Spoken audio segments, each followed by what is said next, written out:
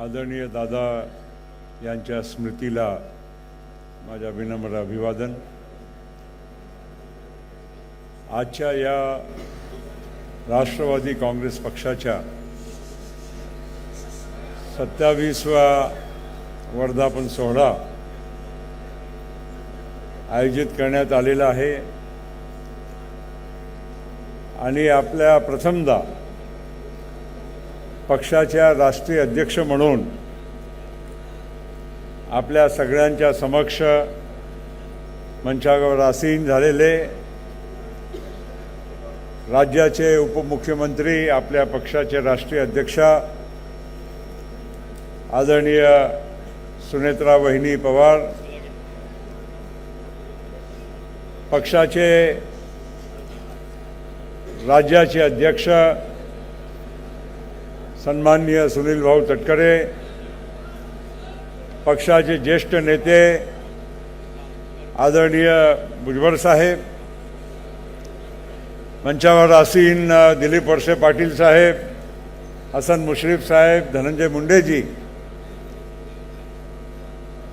युवा नेतृत्व आणि यांनी आताच खासदारकीची शपथ घेतलेली आहे असे पार्थ पवार, युवा नेतृत्व जय पवार, तसेच बाकीचे सर्व मान्यवर मंडळी, मंत्रीगण, आमदार, खासदार आणि आलेले सर्व माझे पक्षाचे कर्मठ आणि निष्ठावंत माझे कार्यकर्ता बंधू भगिनी, तरुण मित्रांनो, आज याच हॉलमध्ये जसं भुजबळ साहेबांनी सांगितलं 27 वर्ष पूर्वी आपल्या राष्ट्रवादी पक्षाचा जन्म झाला होता आणि तो प्रवास इथून सुरू झाला। पण या पक्षाला या देशाच्या अनेक कानाकोपऱ्यापर्यंत, अनेक राज्यामध्ये, पहिले पवार साहेबांच्या नेतृत्वामध्ये आणि नंतर अजितदादाच्या नेतृत्वामध्ये आपण तुमच्या श्रमाने, तुमच्या इमानदारीनं आपण देशाच्या कानाकोपऱ्यापर्यंत पोहोचवलं आहे। आणि म्हणून आज हे वर्धापन दिवस फक्त आपला महाराष्ट्र युनिटचाच नव्हे, पण संबंध आपल्या राष्ट्रवादी काँग्रेस पक्षाच्या प्रत्येक राज्यामध्ये असलेल्या सर्व आपल्या सहकाऱ्यांच्यासाठी सुद्धा एक महत्त्वाचा आणि आनंदाचा दिवस असतो।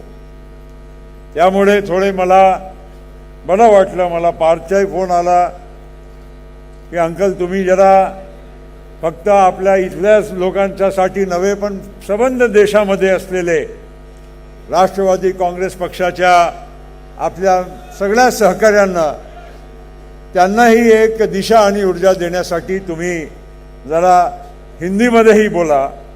आणि म्हणून मी थोडा पुढच्या जे काही आहे ये हिंदी में बोलना है, कारण अब इसी वजह से कि हमारे देश की बहुत सारे राज्यों में राष्ट्रवादी कांग्रेस पार्टी की एक अलग पहचान बनी। राष्ट्रवादी कांग्रेस पार्टी राष्ट्रीय पार्टी करके 1999 में जब पहली बार हमारी पार्टी का जन्म हुआ और पहला ही जो चुनाव हुआ उसमें जैसे कांग्रेस और भारतीय जनता पार्टी राष्ट्रीय पार्टी रही, उसी तरह से हमारी राष्ट्रवादी कांग्रेस पार्टी को वही मान्यता पहले ही चुनाव में मिली। ये हमारे सब लोगों के लिए बहुत आनंद की और एक अभिमान की बात रही। और उसके बाद हम लोगों ने महाराष्ट्र में भुजबल साहब के नेतृत्व में इधर वो उप मुख्यमंत्री बने, सरकार में हम यहाँ शामिल हुए।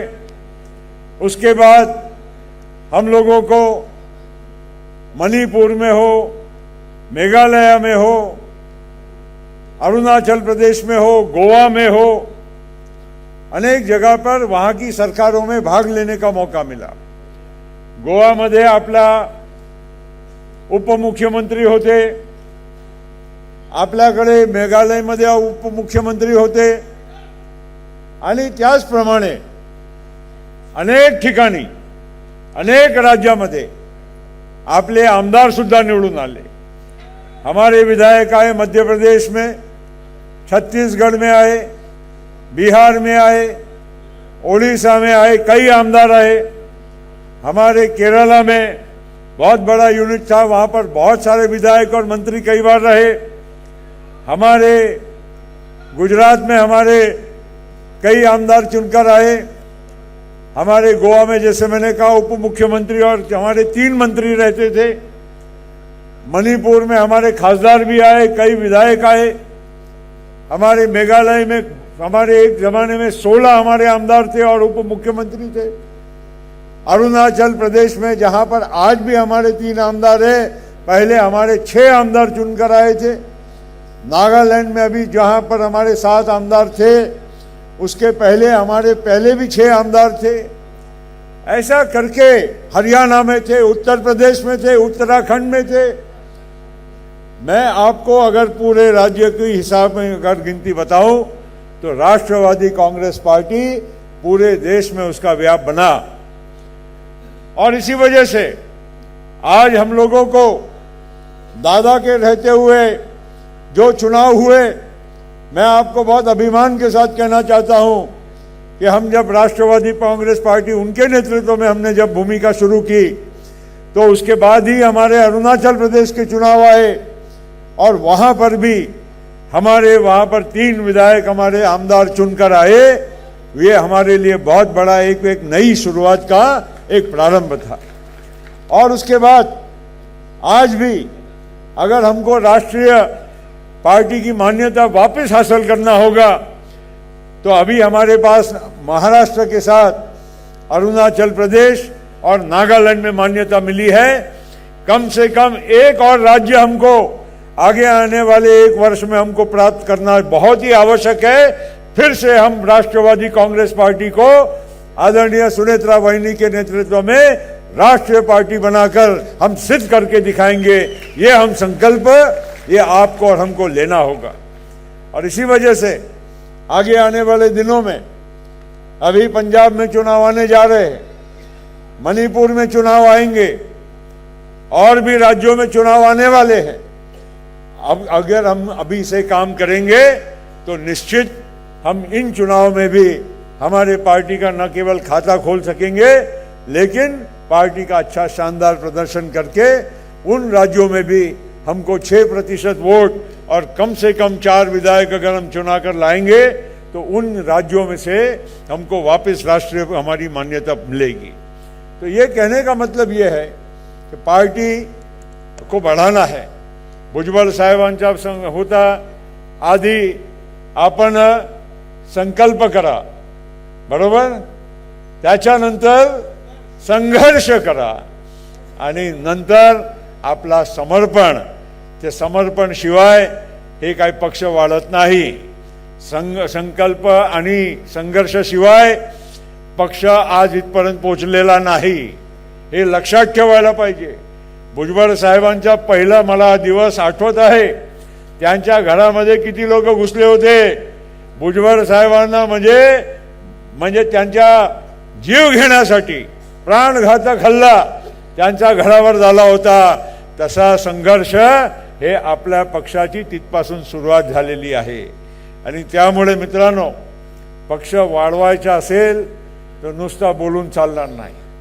आणखीन एक सूचना मी करू इच्छितो, कारण अनेक मान्यवरांचे भाषण झाले, पण एक गोष्ट लक्षात ठेवा आणि खास करून आपले जे निवडून गेलेले आपले आमदार आहे, खासदार आहे, येणाऱ्या काळामध्ये डिलिमिटेशन होऊ शकते। येणाऱ्या काळामध्ये महिला आरक्षण बिल अजूनही पारित होऊ शकते। महिला आरक्षण तर पास झालेला आहे, पण त्याला अंमलात आणण्यासाठी डिलिमिटेशन करून त्याला अंमलात आणायचं, ते पण अजून ते वेळ अजून गेलेली नाही।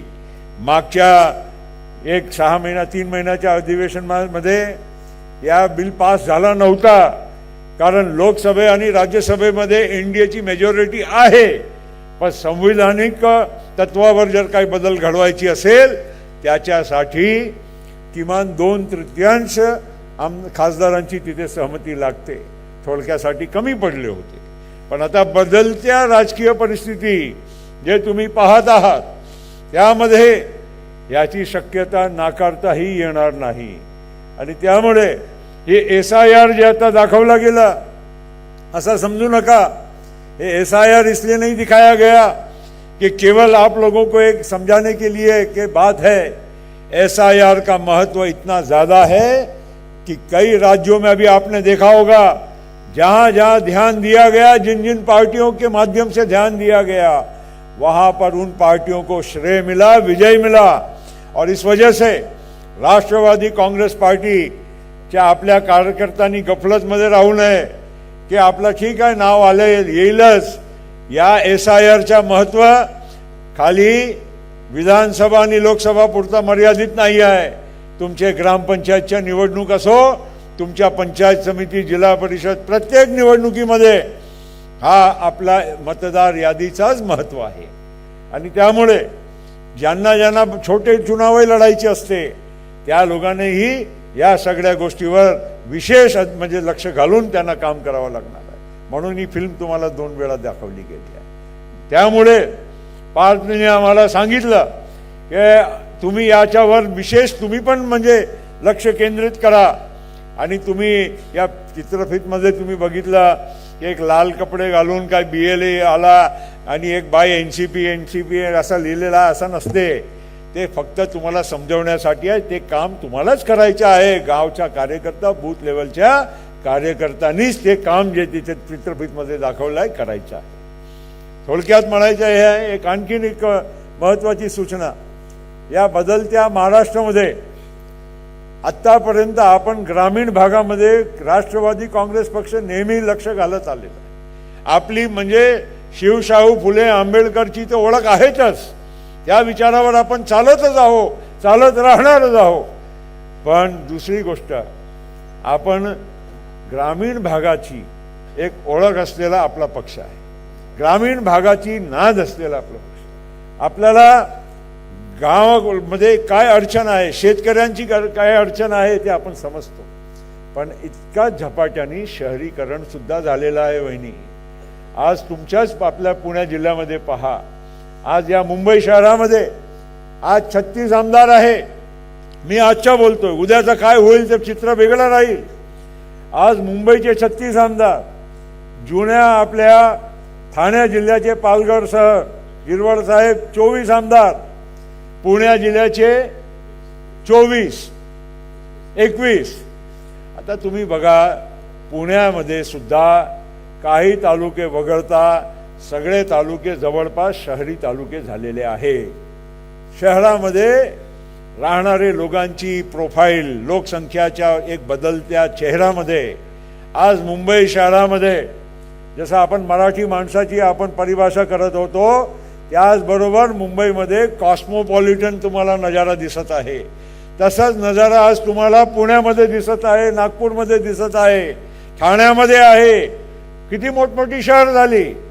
उद्याच्या महाराष्ट्राची पण निवडणूक या शहरी भागाचा वजन ग्रामीण भागापेक्षा जादा राहणार आहे, हे विसरता कामा नये. आणि त्याच्यासाठी आपली तयारी किती आहे, आपल्या पक्षाच्या कार्यकर्त्यांची तयारी शहरामध्ये किती आहे, हे सुद्धा आपण विचार केला पाहिजे. मुंबईमध्ये आता नवाबभाई बसलेले आहे. सना मलिक वगळता आपल्याकडे एकही आमदार नाही.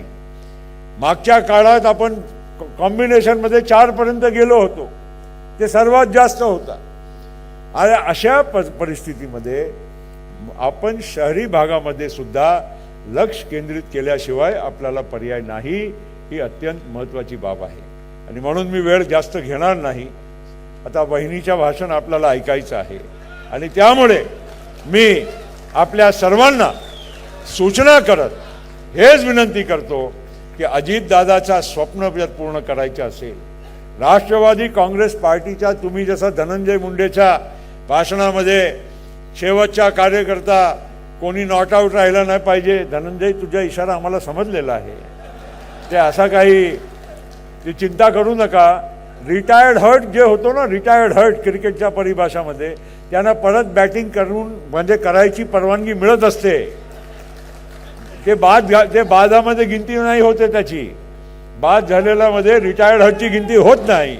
त्यामुळं तुम्ही त्याची काळजी करू नका आणि आपण सर्वांनी जास्तीत जास्त काम करून पार्टी वाढवा. एवढंच बोलतो, थांबतो. जय हिंद, जय राष्ट्रपती. एबीपी माझा, उघडा डोळे बघा नीट.